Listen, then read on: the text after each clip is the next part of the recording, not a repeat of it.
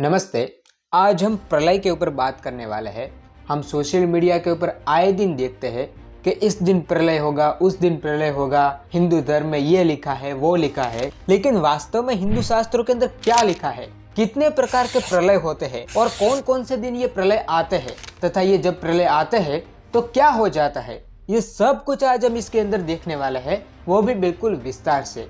तो चलिए शुरू करते हैं। देखिए, हमारे शास्त्रों के अंदर 3 प्रकार के प्रलय होते हैं: नैमित्तिक प्रलय, प्राकृतिक प्रलय और आत्यंतिक प्रलय। हम प्रथम प्रलय से शुरुआत करते हैं, नैमित्तिक प्रलय। नैमित्तिक प्रलय जो है वो कल्प के अंत में आता है।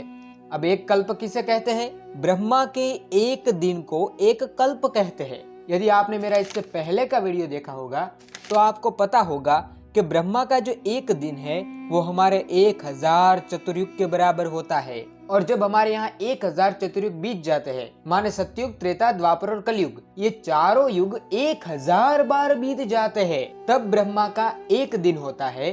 और जब ये दिन पूरा होता है तब नैमित्तिक नामक प्रलय आता है। इस प्रलय के अंदर क्या होता है तो कि पाताल लोक से लेके स्वर्ग लोक तक, पाताल से लेके स्वर्ग लोक तक सब कुछ जलमय हो जाता है। सब और पानी ही पानी फैल जाता है। हमें लगता है कि सभी प्रलय के अंदर पानी ही सब में होगा, लेकिन ऐसा नहीं है। सिर्फ नैमित्तिक प्रलय के अंदर सब जगह पे पानी ही पानी छा जाता है। वो भी कहाँ तक?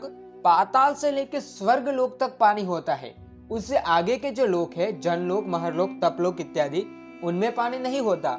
सिर्फ स्वर्ग लोक तक का ही नाश हो जाता है। तो इसे कहते हैं नैमित्तिक प्रलय। अब हम देखते हैं सबसे विशेष प्रलय और सबसे रोचक प्रलय, जिसे प्राकृतिक प्रलय कहते हैं। ये प्रलय जो है वो ब्रह्मा की आयु समाप्त होने के बाद होता है। अब ब्रह्मा की आयु कितनी है?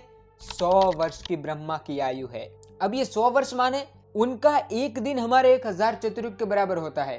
तो उनके 100 वर्ष में हमारा कितना सारा समय होगा वो आप काउंट कर सकते हैं। अब इस प्रलय के अंदर होता क्या है?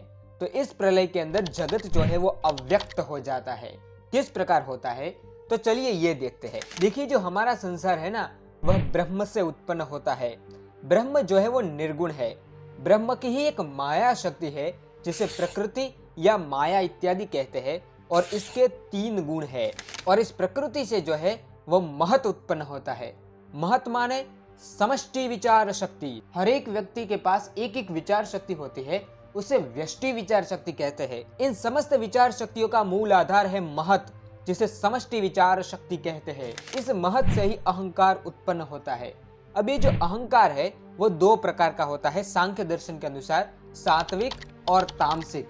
इस सात्विक से जो है वो इंद्रियों की उत्पत्ति होती है, और तामसिक से जो है वो इन 5 भूतों की उत्पत्ति होती है। इन 5 भूतों के अंदर सर्वप्रथम आकाश उत्पन्न होता है। आकाश का जो गुण है वो शब्द है। उस आकाश से ही वायु की उत्पत्ति होती है, जिसका गुण स्पर्श है। उस वायु से अग्नि की उत्पत्ति होती है, जिसका गुण रूप है। उस अग्नि से जल की उत्पत्ति होती है, जिसका गुण रस है। और उस जल से ही पृथ्वी की उत्पत्ति होती है, जिसका गुण गंध है। अब एक नियम है जिसे विज्ञान भी स्वीकार करता है, और वह नियम यह है कि गुण के बिना गुणी का अस्तित्व नहीं हो सकता। जैसे कि जल है, तो जल जो है वो तरल होता है, रसमय होता है। बिना तरलता के जल का कोई अस्तित्व नहीं होता। जैसे कि अग्नि को तेज भी कहते हैं। अब अग्नि गर्म होता है, उसका गुण जो है वो ताप ही होता है। ताप के बिना कोई ठंडी अग्नि नहीं होती। अर्थात गुण के बिना गुणी का कोई अस्तित्व नहीं है।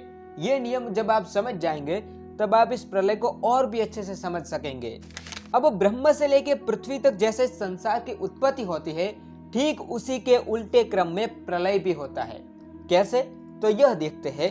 जब प्रलय का समय आता है, जब ब्रह्मा की आयु समाप्त हो जाती है, तो जो जल है वह पृथ्वी के गंध नामक गुण को शोष लेता है। इस कारण पृथ्वी का अस्तित्व जो है वो जल के अंदर लीन हो जाता है। अब अग्नि जो है वो रस को शोष लेती है, इस कारण जल अग्नि के अंदर लीन हो जाता है। अग्नि का गुण रूप उसे वायु शोष लेता है, और वायु का गुण स्पर्श उसे आकाश शोष लेता है।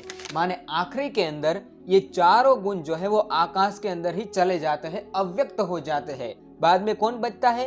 अकेला आकाश बचता है। इस आकाश का गुण जो है वो शब्द है। अब ये जो आकाश है वो भी अहंकार के अंदर लीन हो जाता है, और ये अहंकार महत माने समष्टि विचार शक्ति के अंदर अव्यक्त हो जाता है। अब ये जो महत है वो प्रकृति के अंदर अव्यक्त हो जाता है, माने 3 गुणों के अंदर, सत रज और तम, इसके अंदर ये अव्यक्त हो जाता है। यहाँ पे एक रोचक बात हम बताते हैं कि जो प्रकृति के 3 गुण है वो जब समान अवस्था में होते हैं तब प्रलय होता है, और जब ये तीनों गुण जो है वो विषम अवस्था में होते हैं तब सृष्टि की रचना होती है। इस कारण जब ये महत्व प्रकृति के अंदर लीन हो जाता है तो प्रकृति के तीनों गुण जो है वो समान अवस्था के अंदर आ जाते हैं, और ये प्रकृति जो है वो ब्रह्म के अंदर अव्यक्त हो जाती है, लीन हो जाती है, और आखिरी में कौन रहता है? ब्रह्म रहता है। इसलिए श्री कृष्ण ने कहा था, सब जन्म मुझी से पाते हैं और फिर लौट मुझी में आते हैं। इसी प्रकार सब जन्म पाते हैं और ऐसे ही सब वापस लौट आते हैं। तो इसे कहते हैं प्राकृतिक प्रलय, जो ब्रह्मा की मृत्यु के समय होता है। अब हम देखते हैं तीसरा, आत्यंतिक प्रलय। त्रिविध ताप से मुक्ति को ही आत्यंतिक प्रलय कहा जाता है, जिसे मोक्ष भी कहते हैं। अब ये त्रिविध ताप कौन से है? तो आधिदैविक, आधिभौतिक और आध्यात्मिक, ये इनके नाम है।